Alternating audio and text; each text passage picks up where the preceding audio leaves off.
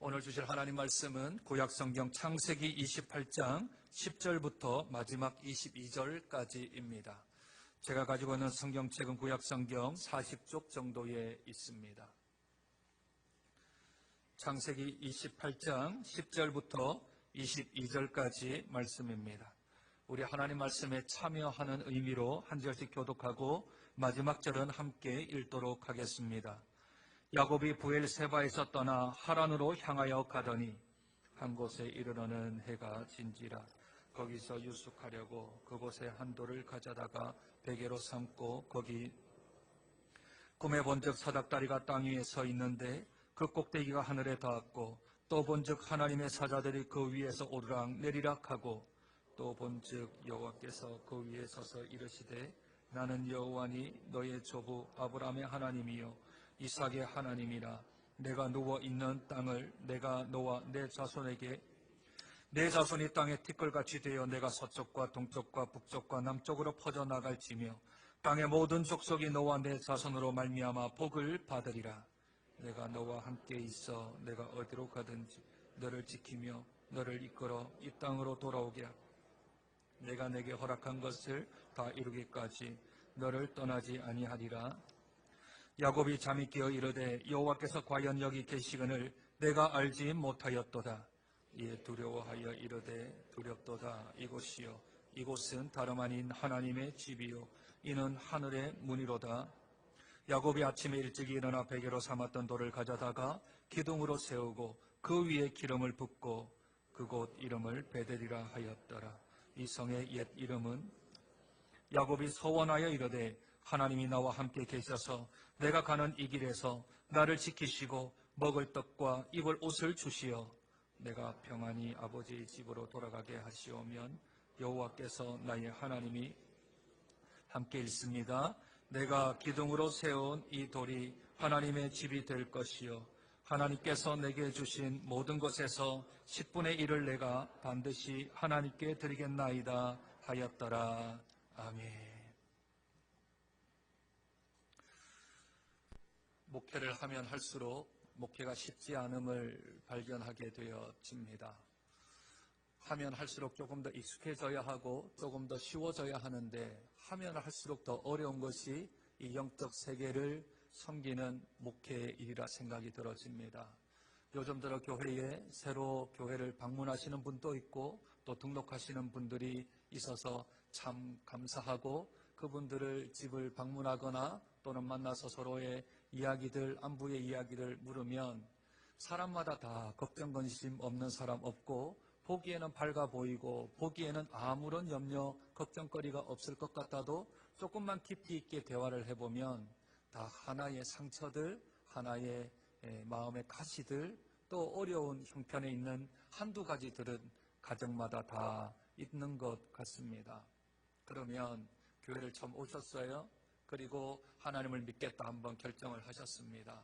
그리고 만나서 예배를 드리고 함께 기도를 하면 목사가 한번 기도 딱 하면 그 문제가, 그 걱정이, 그 아픔이, 그 가시들이 한 번만에 없어지면 목회하기가 얼마나 쉽겠습니까?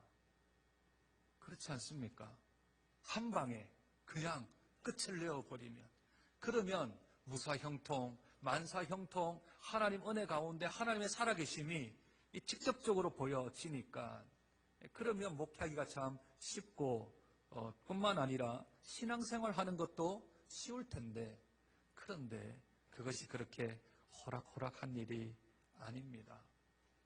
영적으로 살려고 부단히 애쓰는 노력하는 사람들에게는 환난도 찾아오고 고통도 따르며 어려움도 있고 걱정이 있는데 반면에 육체적으로 살려고 하는 사람, 나는 이 땅에서 잘 먹고 잘 살려고 하는 사람, 그 사람들은 또 어떻게 그렇게 또 잘 풀려 나가는지요.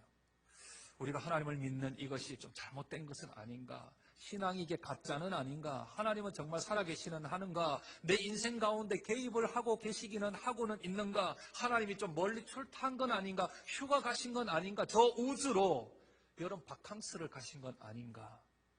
또는 나와는 상관없는 하나님은 아닌가? 그런 느낌이 든 적은 없으십니까? 시편 73편의 기자는 이렇게 그의 마음을 하소연합니다. 나는 거의 넘어질 뻔하였고 나의 걸음이 미끄러질 뻔하였으니 이는 내가 악인의 형통함을 보고 오만한 자를 질투하였음이로다. 그들은 죽을 때에도 고통이 없고 그 힘이 강건하며 사람들이 당하는 고난이 그들에게는 없고 사람들이 당하는 재앙도 그들에게는 없나니 볼지어다 이들은 악인들이라도 항상 평안하며 재물은 불어나도다. 그러나 나는 종일 재난을 당하며 아침마다 징벌을 받았도다. 시편 기자가 이렇게 고백을 해요. 그러면 악인들은 형통합니다. 악인들은 고통이 없고 악인들은 잘 나가고 악인들은 형통한 길을 걸어가는데 나는 아침마다 재난이 찾아오고 나는 아침마다 나쁜 소식을 듣고 나의 몸은 아파오고 하나님 이게 웬 말입니까? 하나님 이게 무슨 하나님 앞에서 믿는 신앙입니까? 하며 그의 말을 이 하소연하듯 주 앞에 올리는 시편 기자의 말을 들어봅니다. 멀리 갈 것 없이 오늘 읽었던 야곱의 이야기도 그렇습니다. 태어나기 전부터 하나님으로부터 택함받은 동생 야곱입니다. 그는 장자가 아닙니다. 그는 축복권이 없습니다. 그는 재산, 경제권을 이어받을 것도 아주 자그마한합니다. 그에게는 희망과 소망이 없어 태어날 때부터 형 발꿈치를 잡고 싸웠던 사람입니다. 그럼에도 불구하고 자기는 동생으로 태어나지 안 되겠다 하여 팥죽 한 그릇, 녹두죽 한 그릇으로 형의 장자의 명분을 빼앗아 보려고 했습니다. 아버지의 축복권이 있기에 아버지부터 기도를 받기 위하여 형 에서로 분장하고 형 에서의 목소리로 형의 축복 기도를 받습니다. 그러면 인생이 좀 달라져야 되지 않을까요? 태어날 때 발꿈치를 잡고 나오기도 하고 명분도 쌓고 축복 기도도 받았으면 그의 삶이 조금 형통하게 되어야 하지 않을까요? 그런데 지금 야곱은 광야에서 돌을 베고 자고 있습니다. 돌을 베고 자고 있어요. 재정도 다 형한테 뺏겨버렸습니다. 집에 가족들과 함께 살지도 못합니다. 결혼을 한다라는 것으로 하란까지 가야 하는데 지금 그 출발점에 자기는 빈털터리이고 아무것도 가진 것 없이 출발합니다. 믿음으로 신앙으로 내가 하나님의 약속 붙들고 한번 살아보겠다 했는데 내 형편, 내 환경, 내 처지는 빈털터리입니다. 반면에 하나님의 약속도 없습니다. 그런데 장자로 태어났습니다. 동생이 장자의 명분을 빼앗아 갔긴 했지만 빼앗아 간다고 빼앗깁니까? 자기는 장자인데요. 그는 가정의 유업을 받습니다. 가업을 물려받습니다. 그리고 가나안 땅에 머물러 있습니다. 풍족한 음식과 풍족한 재정을 상속받을 권리를 에서는 가지고 있습니다. 그런데 그는 하나님의 약속은 없습니다. 사랑하는 성도 여러분, 여러분들 야곱이 부럽습니까? 에서가 부럽습니까? 방송용 멘트라고 불리는 합당한 말은 저는 야곱이 부럽습니다라고 얘기를 해야 될 텐데 지금 현실은 에서가 훨씬 더 부럽습니다. 조금 더 심한 예를 한번 들어볼까요? 하나님 앞에 제사를 드리고 하나님이 흠량하고 단명하는 아벨이 부러우십니까? 하나님께 예배를 드리고 하나님께 제사를 드려도 전혀 하나님이 예배를 받지 아니하시는데도 불구하고 잘 먹고 잘 살고 성을 짓고 떵떵거리며 살았던 가인이 부럽습니까? 누가 부럽습니까? 말을 안 하시는 게 좋을 것 같습니다. 하나님이 아십니다. 하나님이 누가 부러워하는지, 누구를 부러워하는지 아십니다. 우리는 이렇게 조합을 하지요. 가인의 재물과 아벨의 믿음. 이렇게 딱 조합을 하고 에서의 장자와 축복권과 경제권 그리고 야곱의 믿음. 이렇게 조합을 하긴 하는데 하나님이 모든 사람한테 열을 주지 않습니다. 다 열을 주지요. 모든 사람에게 열을 주지요. 열을 주지 누구에게는 13을 주고 누구에게는 7을 주지 않습니다. 내가 셋을 좀 잃은 것 같습니까? 아니요. 그 뒤편에 내가 모르게 얻은 셋이 분명히 존재를 합니다. 내가 셋을 더 얻었습니까? 아니요. 내가 모르게 잃어버린 그 셋도 존재합니다. 그래서 하나님이 공평하십니다. 오늘 야곱이 빈털터리로 나갔지만 이가 영적으로 온전해지기 위한 이제 출발선상에 서게 되어집니다. 왜냐고요? 오늘 하나님을 만나게 됩니다. 오늘 하나님을 그의 영안으로 보게 되어집니다. 오늘 성경에 읽었던 절에 보면 12절과 13절에 본즉이라는 말이, 이 본즉이라는 말이 3번 나오죠. 죄송합니다. 조금 전에 제가 본죽이라고 한 것 같은데 본죽은 다른 상호 이름이고 본죽이 아니고 본즉이 3번 나오죠. 12절 한번 보실까요? 꿈의 본즉, 사닥다리가 땅 위에 서 있는데 그 꼭대기가 하늘에 닿았고, 또 본즉, 하나님의 사자들이 그 위에서 오르락 내리락 하고, 또 본즉, 여호와께서 그 위에 서서 이르시되 했습니다. 야곱이 3가지를 보는데 그 3가지를 보는 것은 자기의 육신의 눈으로, 자기의 육체적인 눈으로 본 게 아니라 꿈에 봤습니다. 꿈에. 그러니 이것은 육체적으로 실물을 본 게 아니라 영적으로 본 거죠. 그런데 에서도 본 게 있습니다. 그 윗절에 조금 더 올라가시면 6절입니다. 6절. 에서가 본즉. 8절이요. 에서가 또 본즉. 에서가 2가지를 보는데 에서가 본 2가지는 육체적으로 본 눈, 실제적인 걸 본 겁니다. 뭘 봤느냐 하면 야곱이 이삭 아버지로부터 축복을 받는 것을 직접 봤습니다. 2번째 본 것은 자기의 아내들, 헷 족속의 아내들이 아버지에게 기쁘시게 못하는 걸 그의 눈으로 본 겁니다.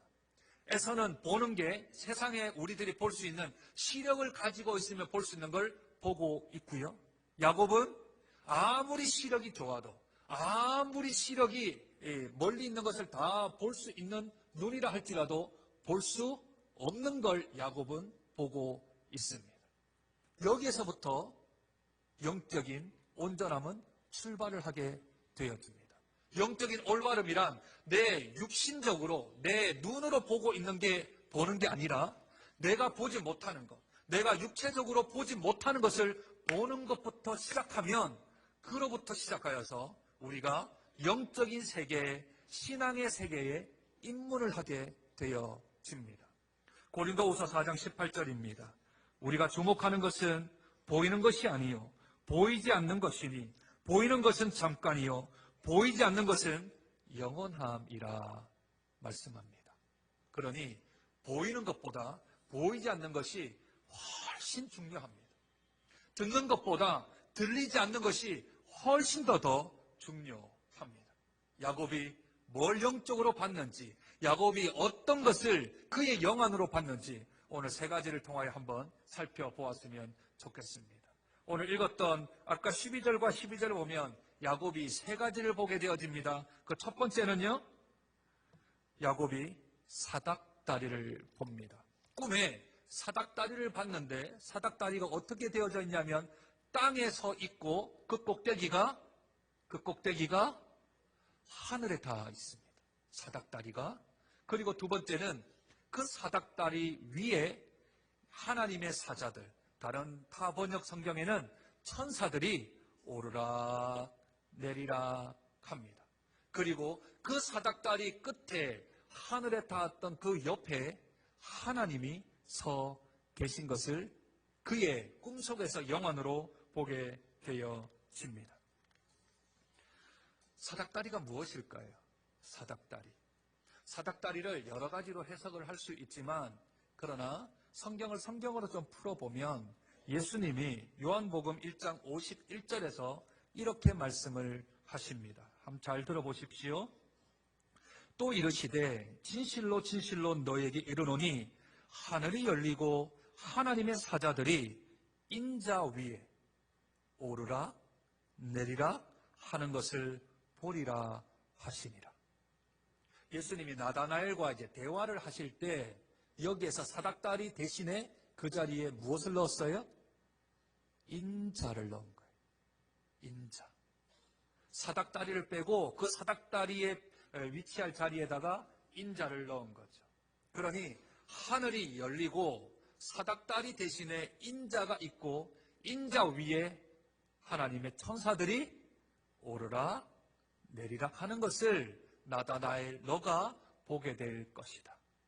야곱도 이제 영적인 세계에 입문하는 것이며 나다나엘도 지금 예수님과의 대화에서 영적인 세계에 입문을 하고 있을 때 야곱에게는 실제적으로 영안으로 보게 하셨고 나다나엘에게는 예수님이 구약에 있었던 야곱의 이야기, 야곱의 스토리를 가지고서 설명을 하고 있습니다. 즉 예수님이 사닥다리입니다.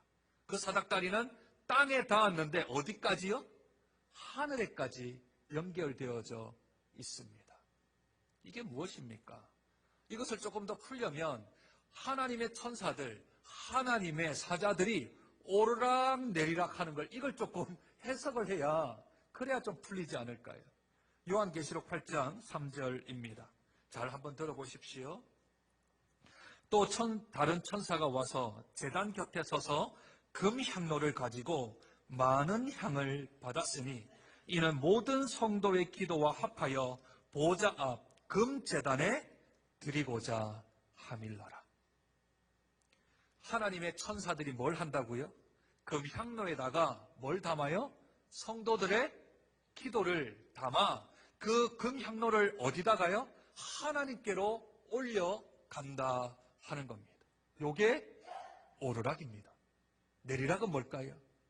그 하나님께 올려진 그 기도에 대한 응답을 담아 금향로에 담아 다시 내려와 이 땅에 있는 성도들의 기도에 대하여서 응답하심. 그러니 천사들이 오르락 내리락 하는 것은 하나님께 기도하고 응답받는 것을 뜻하는 겁니다.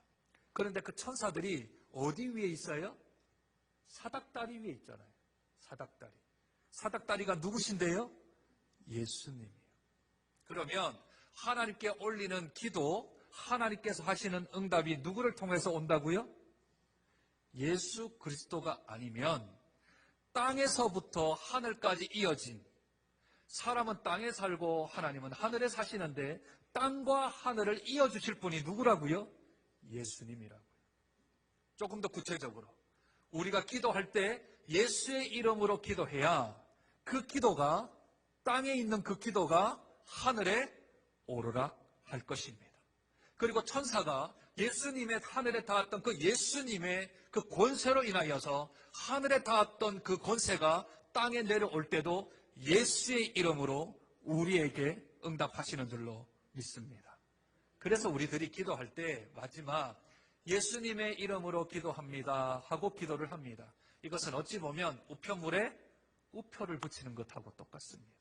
하나님 나라로 이제 금향로에 담아 그 기도를 발송을 해야 될 텐데 천사들이 금향로에 담아서 가지고 올라갈 때에 예수의 이름으로 기도하면 내 기도는 공중에 그냥 공기만 진동시키는 것밖에 되지 않는데 거기에 예수의 이름을 넣으면 거기에 권세가 있어 이 땅에 오셔서 사망 곳에 깨뜨리고 부활하여서 하늘에 승천하사 하늘나라 우편에 앉아 계신 예수 그리스도의 그 권세로 인하여 우리의 기도가 예수의 이름으로 기도하면 이 땅의 기도가 하늘에 상달되는 줄로 믿습니다. 이게 인문이라는 겁니다. 영적인 세계의 인문. 기도할 때에 내가 했던 공로, 내가 했던 열심, 내가 쌓았던 스펙 이런 걸로 기도하는 게 아니라 하나님의 아들 예수의 이름으로 기도할 때에 이 땅에 오셔서 사망 곳에 깨뜨리고 부활의 영광으로 하늘나라 승천하사 이 땅을 통치하시며 다스리시는 예수의 이름, 그 사닥다리 인자의 이름으로 기도해야 우리의 기도가 상달되는구나. 그리고 예수의 이름으로 그 응답이 우리에게 이루어짐으로 내가 기도했더니, 내가 금식했더니, 내가 이렇게 했더니 하나님이 응답하셨다라는 말은 싹 없어지고 오직 예수의 이름이 이것을 응답하셨구나.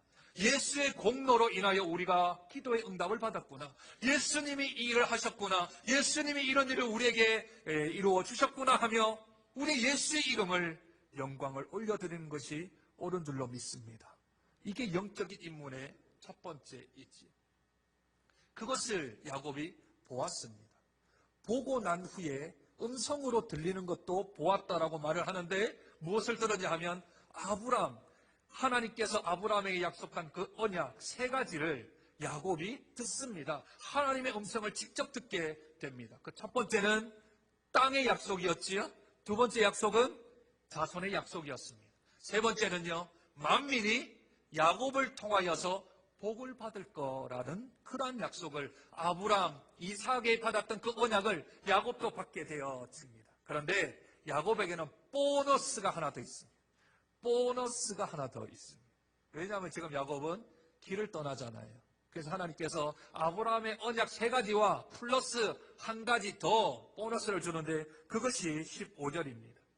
내가 너와 함께 있어 내가 어디로 가든지 너를 지키며 너를 이끌어 이 땅으로 돌아오게 할지라 내가 내게 허락한 것을 다 이루기까지 너를 떠나지 아니하리라. 이 하나님의 음성을 듣습니다. 아브라함, 이삭에게 했던 약속 플러스 자기에게는 이제 내가 너와 함께 하겠다. 네가 이 땅에 다시 돌아올 때까지 내가 너를 떠나지 아니하겠다 합니다. 첫 번째는 눈에 보이지 않는 것을 보는 영안이 열리는 것이 이 영적인 세계에 입문하는 것이며, 두 번째는 하나님이 나와 함께 하시는 거구나 라고 하는 깨달음이 있는 것이 두 번째 입문 과정입니다. 야곱은 이렇게 생각했습니다. 하나님은 이제 아버지하고 함께 있을 거다.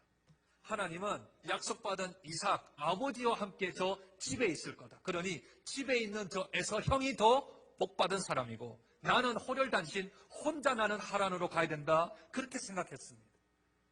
하나님은 아버지 집에, 그리고 다시 내가 돌아와야 아버지 집에 가야 하나님과 내가 관계가 있을 거라고 생각을 했습니다.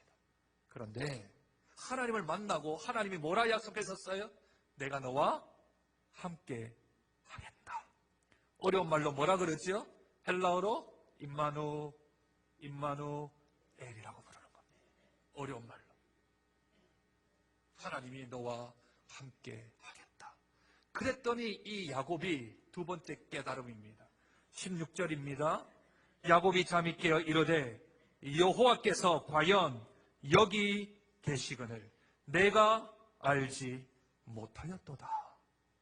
하나님이 여기 계시는 줄 내가 몰랐다. 아니, 나는 하나님은 아버지 집에만 있는 줄 알았죠. 하나님은 하나님의 약속이 있는 그곳에만 있는 줄 알았죠. 여기 있는 줄은 몰랐죠. 여기는 어디입니까? 광야입니다. 돌을 베고 자는 아주 먼지가 풀풀 날리는 황막한 땅입니다. 사람이 아무도 없습니다. 그저 자기의 옷을 이불 삼아 돌을 베개 삼아 잤던 곳, 사람도 아무도 없고 사람들이 어디에 받을 만한 것도 없고 거기에는 찬란한 것도 없고 황홀한 것도 없고 아무 먹을 것도 없는 지질이 궁색이 맞는 광야 그 땅에 하나님이 나와 함께 하심을 야곱이 알게 되어집니다. 사랑하는 여러분, 여러분들은 교회에 하나님이 계시다라고 믿고 있지는 않습니까? 교회 와야 하나님 만나고, 교회 와서 예배 드려야 하나님이 나와 함께하고, 목사님을 만나야 하나님이 함께한다라는 그런 생각을 가지고 있지는 않습니까? 아닙니다. 하나님은 저와 여러분 한 사람 한 사람과 함께 동행하시는 줄로 믿습니다. 하나님이 내가 세상 끝날까지 너와 함께 항상 있으리라 약속해 주셨습니다. 예수님을 믿는 그 순간 내 안에 성령께서 계시기에 내가 일터에 있든 내가 직장에 있든 내가 학교에 있든 내가 어디에 있든 상관없이 하나님은 그 자리에 함께 계시는 줄로 믿습니다. 그래서 야곱이 뭐라고 얘기하냐면 17절에 이에 두려워하여 이르되 두렵도다. 이곳이요 이곳은 다름 아닌 하나님의 집이요 이는 하늘의 문이로다. 이곳이 바로 이곳이 하나님의 집이고 하늘이 뚫려져 하나님이 응답하시고 역사하셨던 하늘의 문이 이곳이다 라고 그렇게 말합니다. 그래서 이곳 이름이 원래는 루스였습니다. 그런데 야곱이 이곳 이름을 바꿉니다. 이름을 뭘로 바꿔요? 베델이요. 베델. 베트는 집이라는 말이고 엘은 하나님 아닙니까? 합치면 하나님의 집이라는 하나님의 말씀이 있는 곳, 하나님을 만난 곳, 하나님이 함께하는 곳, 여기가 바로 하나님의 집이며 하늘의 문이니 내가 어디서든지 사닥다리 대신 예수의 이름으로 기도하는 곳이 하나님의 집이며 하늘의 문이요 예수 그리스도가 함께하는 그곳이 내가 복을 받을 수 있는 장소임을 야곱이 깨달은 겁니다. 그러니 이제 나는 하나님과 함께하는 거구나. 내가 기도하는 곳이 하나님의 집이 되는 거구나. 내가 있는 처소가 하늘의 문이 열려 있는 곳이구나. 내가 예수의 이름으로 기도만 하면 그 어디든지 내가 하나님과 동행을 하는구나 하고 영적인 눈이 또 뜨여진 거죠. 직장 소명이라고 들어보셨습니까? 직업 소명이라고 들어보셨습니까? 학생 소명이라고 들어보셨습니까? 소명은 목회 소명만 있습니까? 그렇지 않습니다.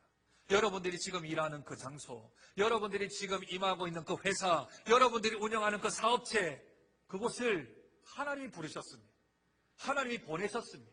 그래서 그곳에 내가 사명을 갖고 있다, 내가 소명을 갖고 있다. 그래서 그것을 직업 소명, 직업 사명, 직업 사명이라고 그렇게 부르는 겁니다. 학생은 학생의 소명이 있고, 주부는 주부로서의 소명이 있고, 직장인은 직장인으로서의 소명이 있고, 사업체를 가지고 있는 분들은 사업의 소명이 있는 것입니다.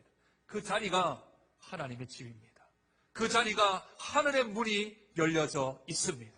예수 그리스도가 이 땅에 오셨기 때문에 구약에서는 그런 일이 상상도 할 수 없지만 예수 그리스도의 십자가 사건과 부활의 영광 이후에 우리들에게는 그 어느 곳에서나 하나님이 집이 되어지며 하늘의 문이 열려서 우리 하나님이 역사하시는 장소가 되어지는 줄로 믿습니다.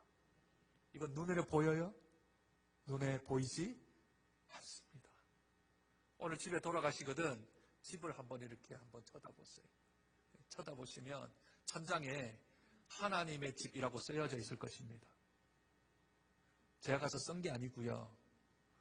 육신의 눈으로 보면 안 보이는데 하나님께 기도하고 영의 눈을 보면 온 곳곳의 가구마다 집기들마다 그릇마다 문마다 다 하나님의 집이다, 하나님의 집이다, 하나님의 집이다 하고 하나님이 인정해 주실 줄로 믿습니다. 하나님의 집은 하나님이 거하시는 곳입니다. 그러니 하나님이 그 가정을 지키십니다.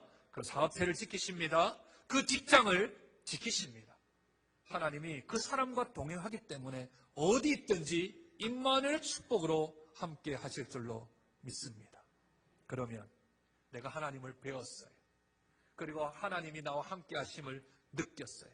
그러면 그 사람이 반응이 일어나야 합니다. 반응이.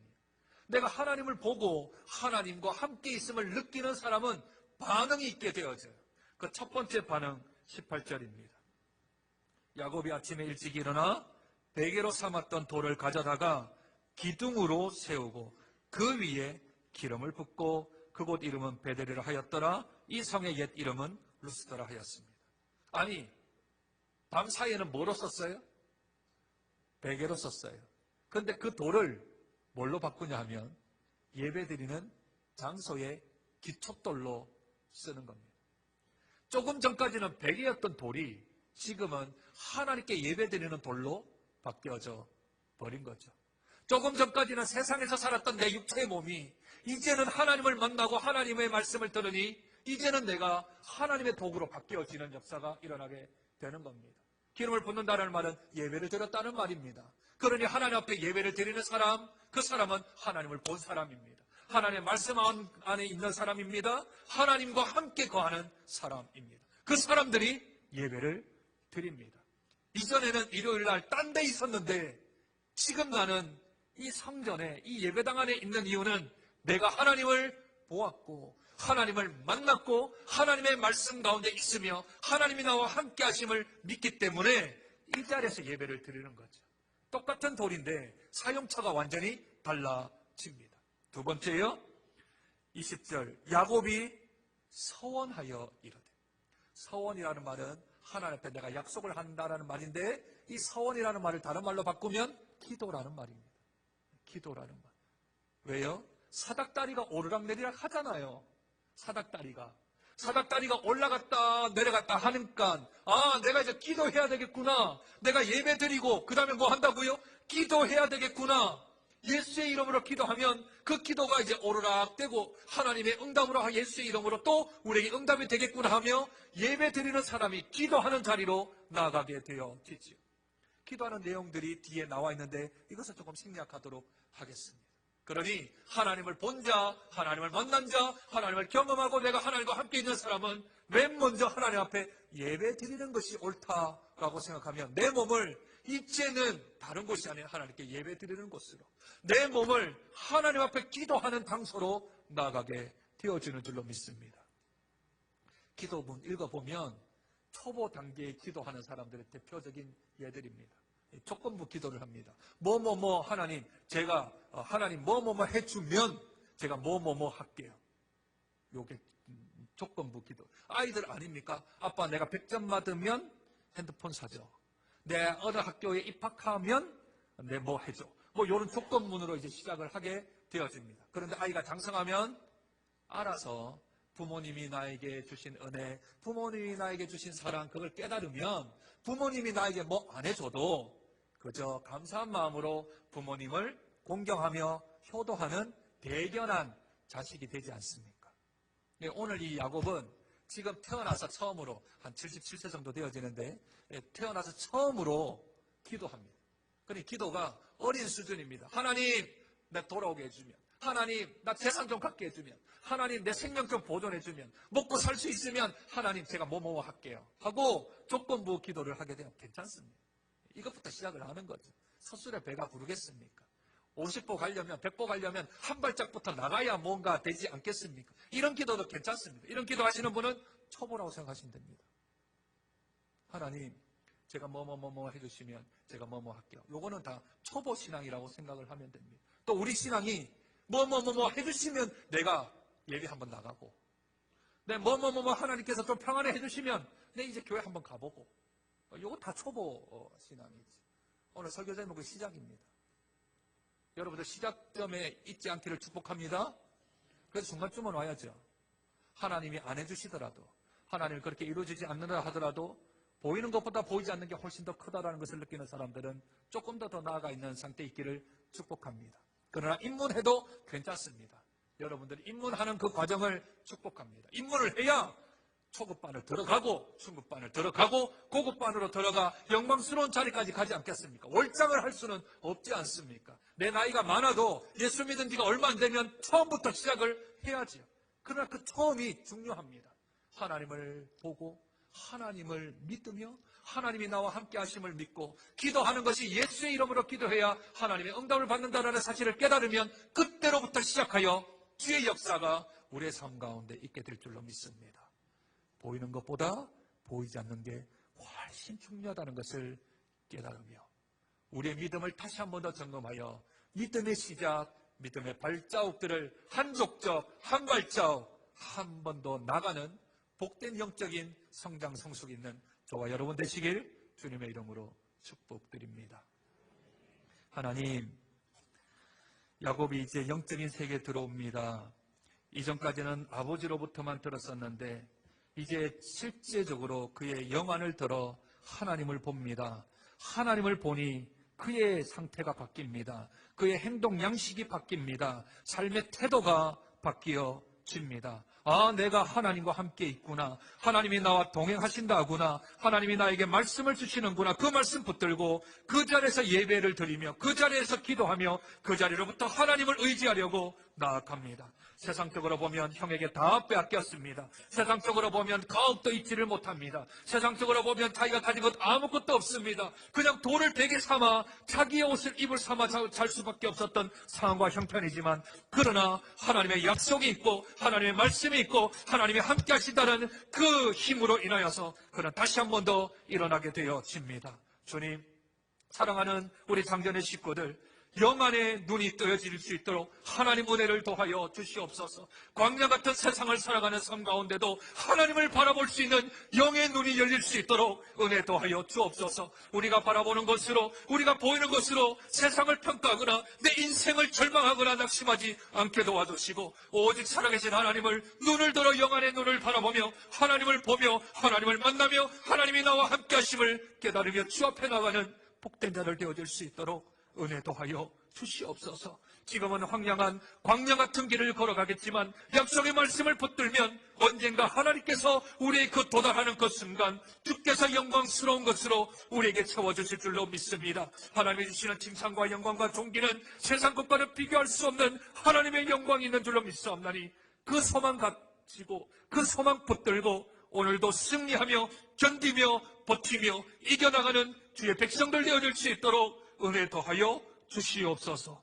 존귀하신 예수님 이름으로 기도드립니다.